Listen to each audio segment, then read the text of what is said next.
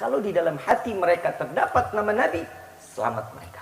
Habib, saya lagi ditagih utang karena pinjaman online saya bengkak. Lu yang minjem, gue yang disuruh bayar lah. Kerja, makanya kerja. Sandaran kepada Allah, jangan sama Zeus. Hahaha, hahaha. Perempuan juga sering pada main judi online lu. Ih, so tau lu. Biasanya laki-laki tuh banyak kemaksiatan main judi karena tuntutan dari istri, banyak juga biasanya. Perempuan mana pernah mau disalahin ya Pak? Baru dibelain dikit.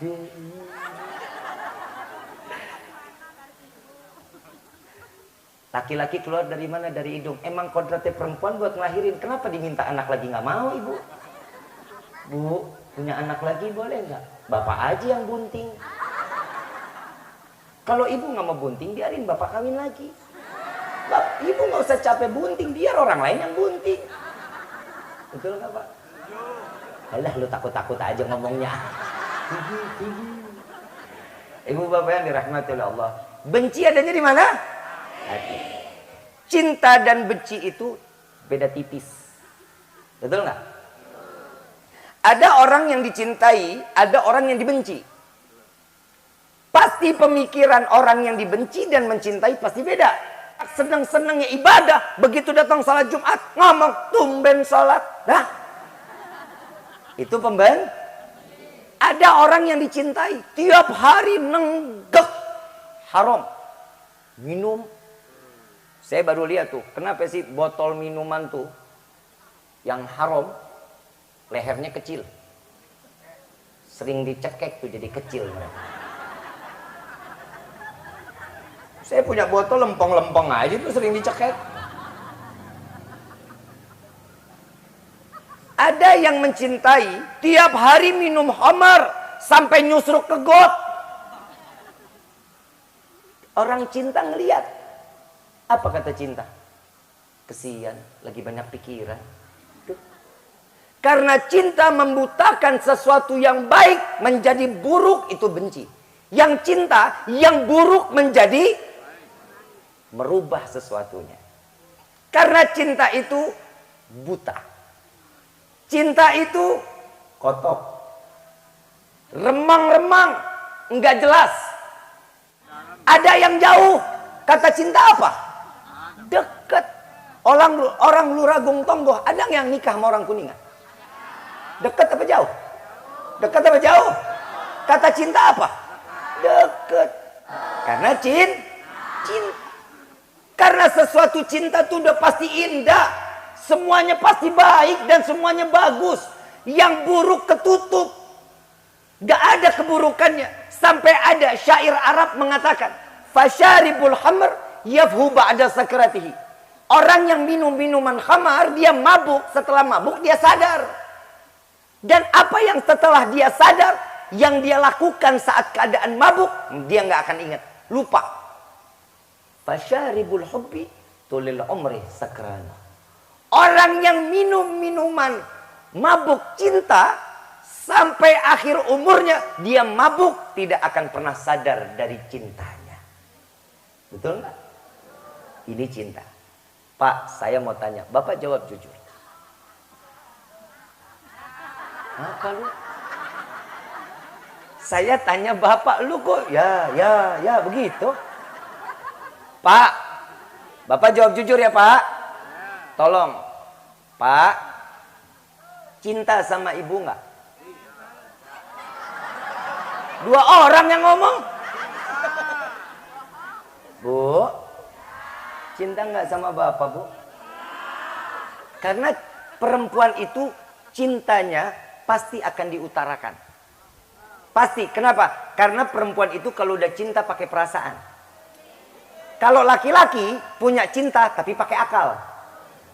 Disuruh nitip beli martabak, beli aja martabak, cari harga yang termurah karena akal. Jujur lo, jujur. Itu laki-laki bu. Tapi kalau perempuan, yang aku nitip dong yang sendal. Titip aja sendal. insya Allah bapak dikasih harga yang paling mahal dan yang paling bagus. Kenapa? Karena nyocokin. Ini loh perasaan gue buat lo. Laki nggak pernah tuh ngasih yang mahal begitu deh. Hitung-hitungan udah nih. Ini sekian. Wah, banyak ruginya. Ibu bapak yang dirahmati oleh Allah. Tadi ibu bapak bilang cinta. Cintanya manusia semua pasti ada batasan. Selama cintanya dia masih dengan penuh kepercayaan, pasti akan utuh cintanya. Tapi sudah kepercayaan itu hilang, cinta akan hilang, hati tidak akan pernah bisa mendustakan kebobrokan cintanya. Betul nggak? Itu lagi. Ini saya lagi ngebahas cinta dulu. Ini belum masuk maulid. Ini masuk maulid ntar jam 2:30. Setuju nggak? Sanggup? Aing mantep.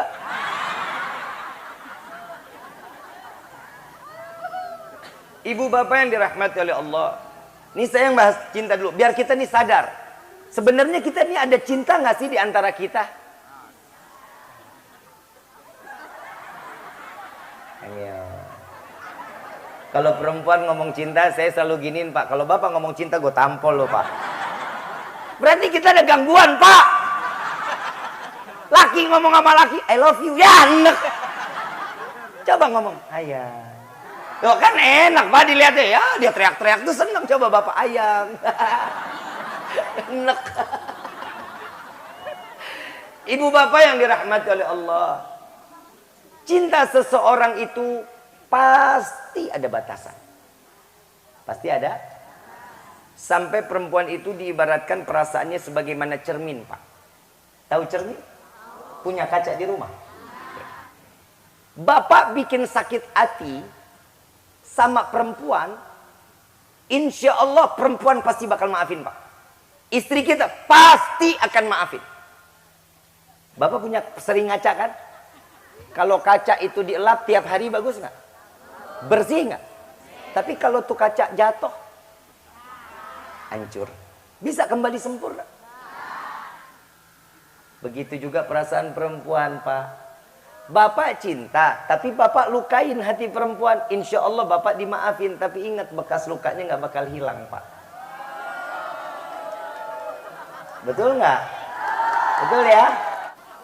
Keluar rumah nengok jendela, pakai helm, bawa motor nengok spion. Tuh perempuan. Lampu merah nengok mobil. Tuh perempuan. Mau di mana tempat, gimana pun gayanya, ngaca nomor 1. Betul nggak? Ada laki-laki yang model begitu. Itu namanya laki-laki tulang lunak.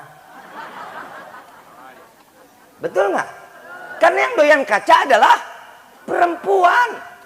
Yang saya cuma mau ngasih tahu, Bu, Neng, kalau naik motor tolong itu spion buat nengok ke belakang, PA.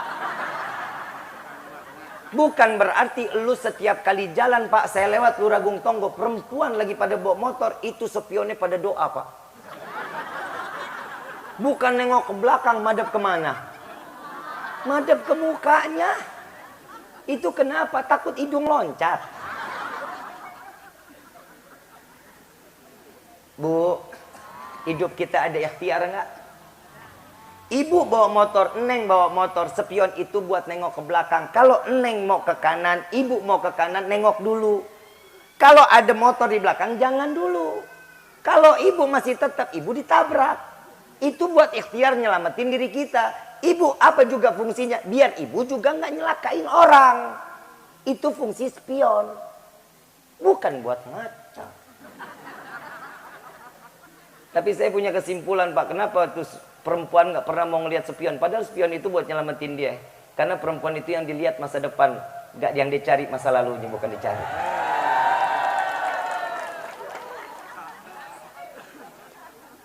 Siapa masa depannya kita, Pak, laki-laki? Kita nih laki-laki masa depannya mereka, Pak. Sampai di dalam Al-Quran kan juga bilang, wahai para suami, bawalah istri-istri kalian ke dalam syurga. Ku anfusakum wa ahlikum. Bawa bawa keluarga kita, jauhin keluarga kita dari siksa api neraka. Dakwahin. Kenapa? Karena ini adalah tanggung jawab setiap laki-laki. Kita sebagai orang tua, kita punya anak perempuan, kita punya istri, ini tanggung jawabnya. Bapak bisa punya anak, bapak bisa ngedidik, ibu bisa ngedidik karena punya cinta. Kalau cintanya manusia, selepas orang itu nggak ada, selesai. Ibu tadi bilang cinta sama bapak. Contoh, nauzubillah min dzalik. Mudah-mudahan panjang umur semuanya. Bapak mati. Lah, bapak mati kawin lagi. Bapak mati, ibu mau nemenin di liang lahat. Gak bakal mau. Kenapa? Ya cuman cintanya sampai batasan liang lahat. Mendingan hitungin warisan. Begitu juga bapak, ibu mati. Kok amin loh pak? Amin.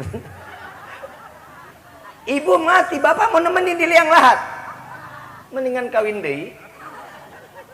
Betul nggak? Karena cinta itu batasannya sampai ke liang lahat. Tapi kalau cintanya karena Allah, ini akan terbawa sampai ke yaumil qiyamah. Karena cinta manusia seperti itu enggak sebagaimana cintanya Nabi Muhammad SAW kepada kita yang hadir dalam tempat ini. Umat Nabi yang difikirin umat yang sesuatu dijalankan oleh Nabi untuk meringankan beban umat. Laqad ja'akum rasulun min anfusikum azizun 'alaihi ma anittum harisun 'alaikum bil mu'minina raufur. Lihat beban umatnya dipikul sama Nabi. Kita punya beban dalam hidup dipikul. Bapak kepala desa mikul beban sedesa nggak bakal sanggup pak bu, nggak bakal sanggup. Kenapa? Kalau enggak karena butuh bantuan dari kalian semua. Nggak akan. Semua itu akan bisa dipikul sama-sama kalau satu sama lainnya punya rasa cinta. Betul nggak? Mendidik anak sama-sama karena cinta. Ringan nggak? Saya mau tanya, ibu capek nggak ngurusin rumah tangga? Ngurusin anak capek nggak bu? Ngurusin suami capek nggak? Makanya pak, Allah kasih ringan di dalam surat An-Nisa, laki-laki boleh nikah 2, 3, 4. Kenapa? Biar ibu nggak capek. Kalau ibu capek ngurusin suami, biar yang lain ngurusin. Betul kan pak, gue belain lu. Bu, bapak yang dirahmati oleh Allah, Nabi SAW dilahirkan di bulan Rabiul Awal. Dilahirkan ke dunia dari rahim seorang ibu yang dimuliakan oleh Zat yang Maha Mulia. Rahim yang disemayamkan seorang manusia yang dicintai oleh Allah. Dikeluarkan, dilahirkan penuh dengan rasa cinta yang Allah titipkan kepada Nabi Muhammad sallallahu alaihi wasallam. Allah mencintai Nabi, begitupun Nabi mencintai Allah. Nah, sekarang ini gimana kita bisa dicintai oleh Allah? Kita tahu salat dengan ilmu yang diajarkan oleh baginda Rasulullah sallallahu alaihi wasallam. Kita tinggal baca Quran. Kita baca Quran aja. Nih maaf saya mau tanya, lebih sering baca Quran apa sering baca WhatsApp?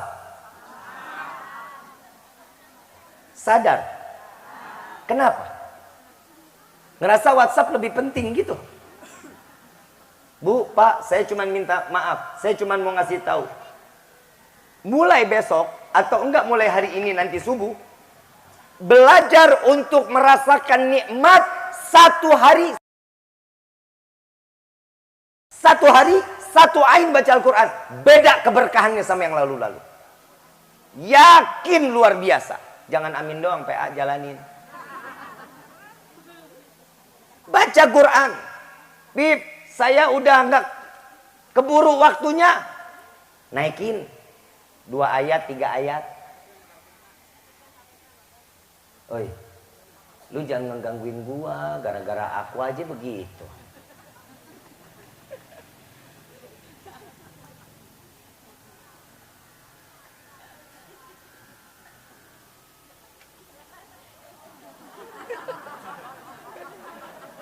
Tampol lo ah.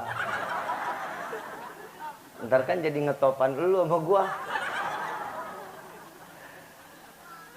Ibu bapak yang dirahmati oleh Allah, semua yang dilakukan oleh Nabi untuk menguntungkan umat. Tapi kadang umat yang nggak tahu diri pengen diuntungin. Kita salat subuh 2 rakaat, pengorbanannya luar biasa. Betul nggak? Lagi tidur enak harus bangun. Salat zuhur, lagi kerjaan tanggung, perut lapar. Salat lagi. Begitu asar pengen cepet-cepet selesai sampai di rumah, salat lagi. Udah sampai di rumah capek belum selesai, salat lagi maghrib. Udah selesai salat maghrib baru pengen makan, adzan lagi isya.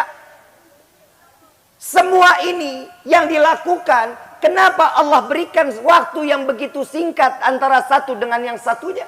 Karena Allah tahu manusia tempatnya lalai, manusia tempatnya lupa. Kenapa waktunya berdekatan? Karena Allah mau mengisi kepala kita dan hati kita penuh dengan Allah dan Nabi. Sampai di dalam Rawi Ad-Diba dijelasin tuh. Syekh Abdurrahman Ad-Diba mengatakan, ahdiru qulubakum ya ma'syar dzawil albab. Hadirkan hati kalian wahai para pemilik akal. Perayaan Maulid wajib diyakini dengan hati atau dengan iman. Karena tidak akan seseorang akan mencapai sesuatunya, mengenal sesuatunya kalau kita nggak cintai. Maaf, Bapak pernah main kelereng, Pak? Pernah main kelereng kan? Ibu pernah main karet? Pernah? Bisa cara mainnya? Bapak bisa main kelereng? Jauh, dekat bisa kena? Bisa.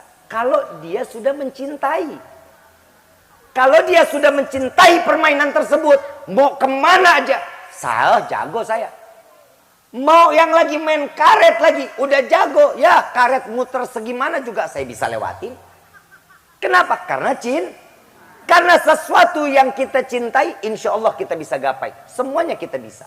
Karena kalau kita cinta dengan agama yang diturunkan oleh Allah lewat Nabi Sallallahu Alaihi Wasallam, yang kita tahu rahmatan lil alamin, rahmatnya Allah, kasih sayangnya Allah dititipkan kepada Nabi. Orang yang mencintai Nabi sudah pasti akan mendapatkan cinta dan kasihnya Allah. Mau rezeki berkah? Salat duha. Ya Pak? Salat bukan ke mbah. Lu ke mbah. Orang pintar. Tahu orang pintar? Tahu orang pintar? Kenapa disebut orang pintar? Karena yang datang orang tolol. Bang, aing teu boga duit, Mbah. Tumbah nyaut sarua aing teh. Setiap sesuatunya kalau mau sandarkan kepada yang punya. Kita mau rezeki berkah, deketin Allah. Kita mau sesuatu nikmat, deketin Nabi. Karena apa yang diberitahukan oleh Nabi, semua akan menguntungkan untuk umat. Tapi kadang ini umat, kadang enggak. Ya Allah, kalau dibilang nggak punya otak, terlalu kasar. Dibilang nggak punya hati, tapi punya cinta. Tapi kan ini yang kita bingung, dilema. Setiap sahabat Nabi, pembuktian cintanya kepada Rasul Sallallahu Alaihi Wasallam. Almar'u ma'a man ahab, seseorang akan berkumpul dengan siapa yang ia cintai. Kita cinta sama Nabi, insya Allah kita dikumpulkan sama Nabi. Makanya deketin Allah. Bagaimana caranya? Minta taufik dan hidayah. Yang tadinya nggak ibadah, minta ya Allah jadikan kami sebagai hamba yang mudah beribadah, yang gampang beribadah, yang tidak ada keberatan di dalam hidup untuk beribadah. Ini yang kita minta sama Allah. Ibu terakhir nangis kapan? Tiap hari nangis. Karena bapak minta kawin. Bapak terakhir nangis kapan? Begitu motor mau ditarik leasing. Kadang ini manusia nggak sadar. Bikin dosa tiap hari apa enggak? Bikin dosa tiap hari apa enggak? Tobatnya kapan? Yakin tiap hari? Kalau lagi sakit, amat takut mati, pasti tobat. Kalau lagi meriang, ya Allah, ya Allah, ya Allah. Itu kalau lagi sakit tuh. Betul nggak? Tapi kalau lagi sehat, boro-boro, alhamdulillah aja lupa.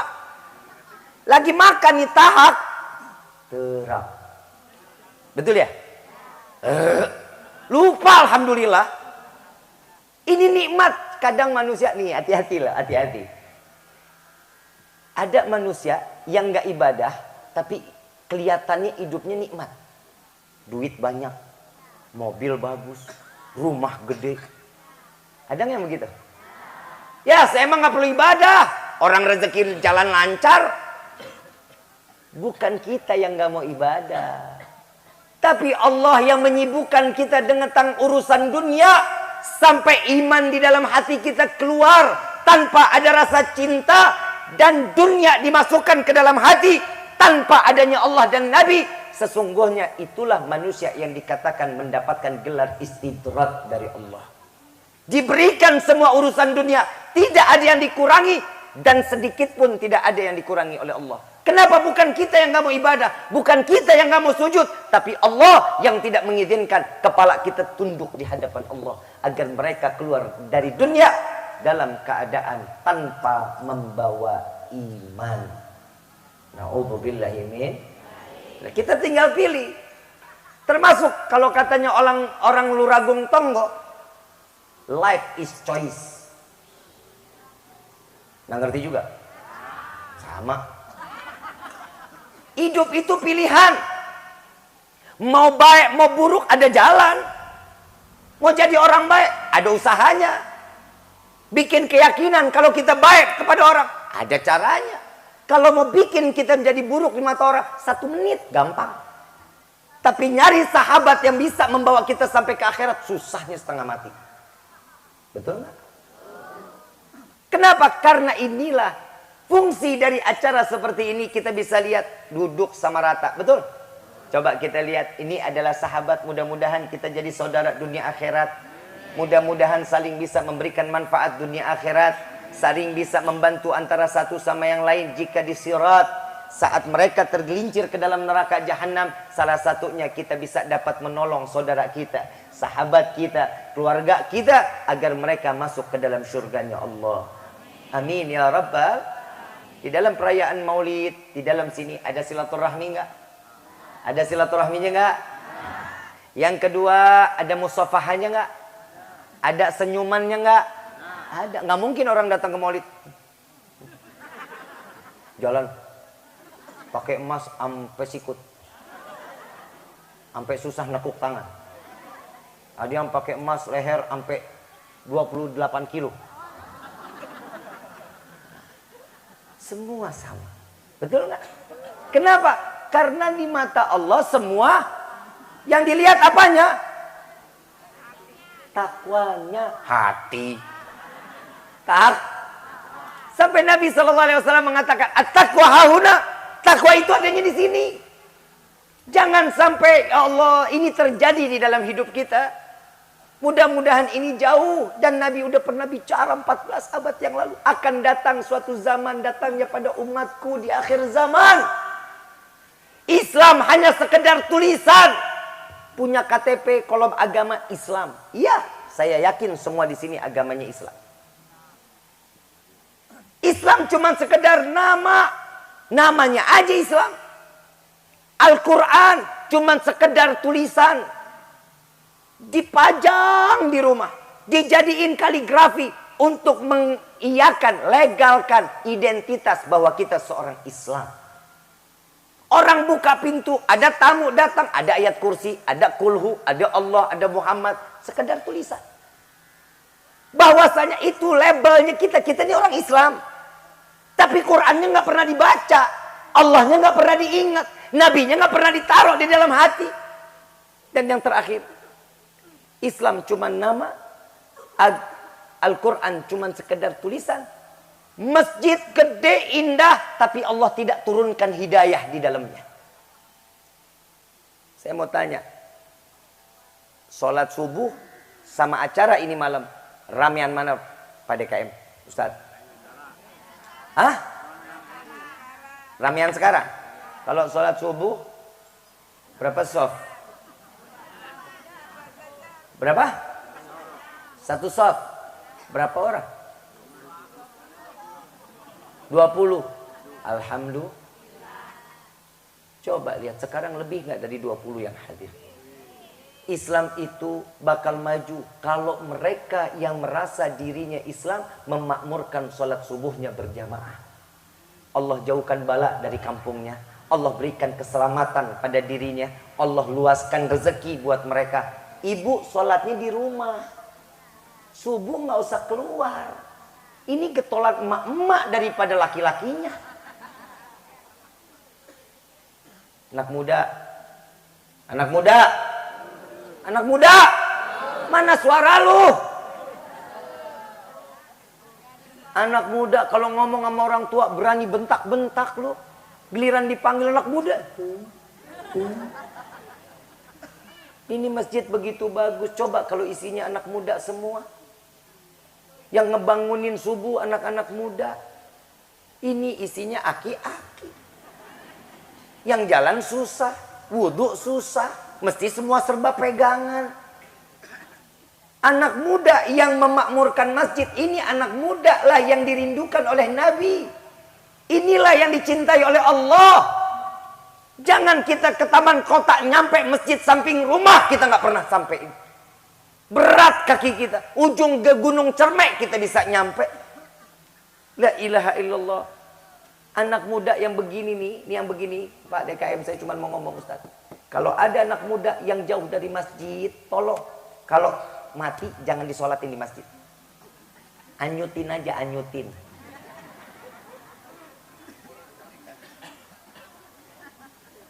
Coba kita lihat ada satu kisah di mana anak muda tiap subuh nih gemarnya sholatnya di masjid. Dia bangun nih sebelum subuh, dia mandi rapi, pakai koko, pakai kain, pakai minyak wangi, berangkat ke masjid. Begitu sampai di tengah jalan jatuh. Balik lagi ke rumah, mandi lagi, rapi-rapi, kotorannya diganti, bajunya diganti, kainnya pakai peci, jalan lagi ke masjid. Di tengah jalan jatuh lagi. Balik lagi ke dalam rumah.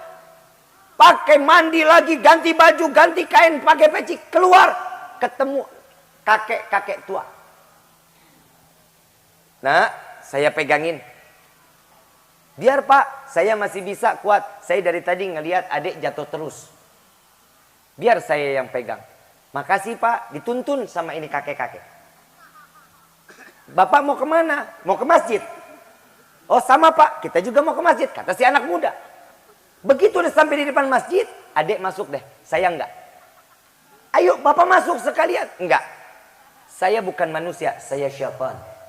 Yang saya telah saya izin kepada Allah agar saya dapat menggodamu. Akulah yang membuatmu jatuh sampai 2 kali. Akulah yang mengganjal kakimu sampai kau terjatuh. Dan aku yakin saat kau terjatuh pakaianmu kotor masuk ke dalam rumah nggak bakal jalan lagi ke masjid. Di saat kau terjatuh, aku tertawa, engkau pulang, aku makin terpingkal-pingkal. Tapi begitu saat kau keluar, dosamu dan orang tuamu diampuni oleh Allah. Begitu kau terjatuh, aku tertawa kembali. Begitu selesai aku tertawa, engkau kembali aku terpingkal-pingkal. Tapi begitu kau keluar lagi, memaksa dirimu untuk masuk ke dalam masjid, disitulah dosa tetangga-tetanggamu diampuni oleh Allah. Dan di saat dimana jika aku jatuhkan kau lagi, tidak menutup kemungkinan satu kampung dosanya akan diampuni oleh Allah. Ini anak muda nih, ini contoh anak muda yang begini. Bukan yang main sama perempuan. Hai, I love you. Gedek banget begitu mah. Yang, jangan lupa sholat ya yang. Elunya masih nongkrong. Yang, udah emam doang. Gue lagi bingung ya. Sekarang tuh orang deketan pacaran manggilnya ayah bunda abi umi. Ntar begitu putus jadi janda. Nggak boleh begitu, nggak boleh. Coba deh pikirin masa depannya kita. Jadi anak muda yang tahu agama, yang paham betul tentang mahabbah kepada Rasul sallallahu alaihi wasallam. Laki perempuan mana juga pasti mau. Apalagi kita ikhtiar cari rezeki walaupun kita harus keringetan, bawa motor, bawa penumpang, harus jalan sana, harus jalan. Bawa, kenapa? Itu rezeki yang halal. Bu, Neng, tolong hargain rezeki seorang suami. Seberapa banyak yang diberikan, ambil dan terima. Ucapkan alhamdulillah kepada Allah.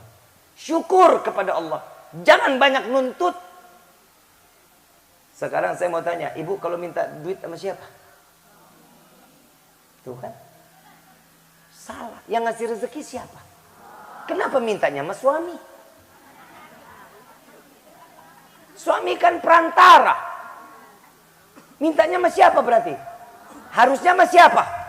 Ya Allah. Kenapa minta sama suami? Terus gimana saya minta sama Allah, suami nggak peka. Udah tahu lipstik udah sampai pantat. Jadi korek-korek masih aja nggak dibeliin lipstik.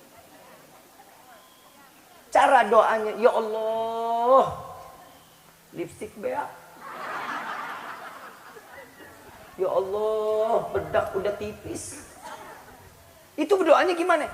Doa kepada Allah di samping kuping suami. Suami keluar duit 5.000.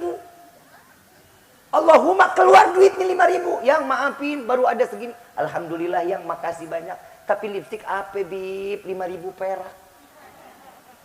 Kalau ibu cinta, yakin ikhlas. Ibu mau jalan kondangan, gak punya lipstik. Jalan ke warung, beli Fanta kulum-kulum. Itu kan merah-merah juga bibirnya. Syukur aja udah sama Allah. Alhamdulillah. Nikmatin. Kenapa? Karena Nabi ngajarin kita tuh selalu bersyukur kepada Allah. Pak, tiap hari kita makan enak. Bu, tiap hari kita makan enak. Tidur nyenyak. Beda kita sama Nabi.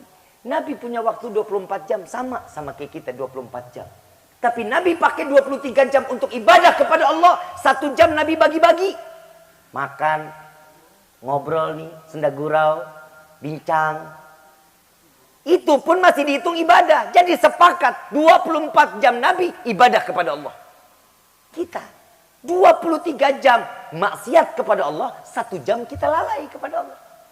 Mana ibadahnya? Terus kita mau dikenal sama Allah. Ini doanya juga macam-macam lagi kita nih orang Luragung Tonggo. Ya Allah, berikan kami rezeki yang banyak. Mau rezeki banyak? Buat apa? Buat apa? Buat apa? Ibadah. Betul. Buat berbagi. Betul. Tentu kan karena nggak ada duitnya. Coba kalau duitnya ada. Yang perempuan duit banyak, skincare dibanyakin. Laki-laki duit banyak, kawin deui. Bukan gitu. Nah, Allahumma deh, ini malam doa kita dikabulin. Ya Allah, berikan kami rezeki yang banyak. Pulang sampai rumah, buka pintu kamar, ketiban duit. Kaget nggak? Hai. Manfaat duitnya. Rezekinya manfaat. Mintanya apa? Ya Allah, berikan kami rezeki yang banyak, yang berkah, yang halal, yang tidak akan pernah menjadi fitnah sampai yaumil qiyamah. Ini doa yang kita harusin. Yang kedua, kadang doa kita juga, ya Allah panjangkan umur kami. Betul nggak? Mau panjang umur? Bener mau panjang umur? Yang lain mati lo doang sendirian mau? Mandi sendiri, pakai kain kafan sendiri, ngegelinding sendiri, nguruk sendiri, ngubur sendiri, mau? Mintanya gimana, Bib? Mintanya, ya Allah, panjangkan umur kami dalam taat ibadah kepadamu. Ini yang diajarkan oleh Rasulullah. Nah, yang ketiga nih yang bahaya. Ini kalau saya bilang doa orang yang gak punya otak. Ya Allah, masukkan saya ke dalam surga. Mau masuk surga? Sholat kagak, ngaji kagak, sama suami galak setengah mampus. Terus mau masuk surga gitu? Silaturahmi nggak pernah, sama istri bengis, sama anak jahat luar biasa, ngasih rezeki nggak pernah halal, kasih yang haram mulu, pantas masuk surga? Punya kaca di rumah? Pernah ngomong sama yang di kaca? Pernah ngaca? Ini malam pulang buka pintu ngeliat kaca tuh, ya ngomong dah, siap pantas tak masuk surga.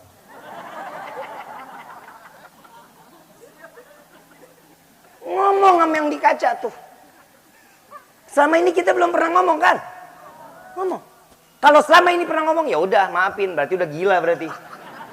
Tapi ini malam coba ngomong. Pandang muka kita bener-bener, lihat. Yang tahu tingkah laku kita kan kita. Yang tahu yang ditutupin dari diri kita siapa? Ya kita. Yang tahu diri kita siapa? Ya kita sama Allah. Tapi lihat, tanya tuh, siapa yang masuk surga? Paham?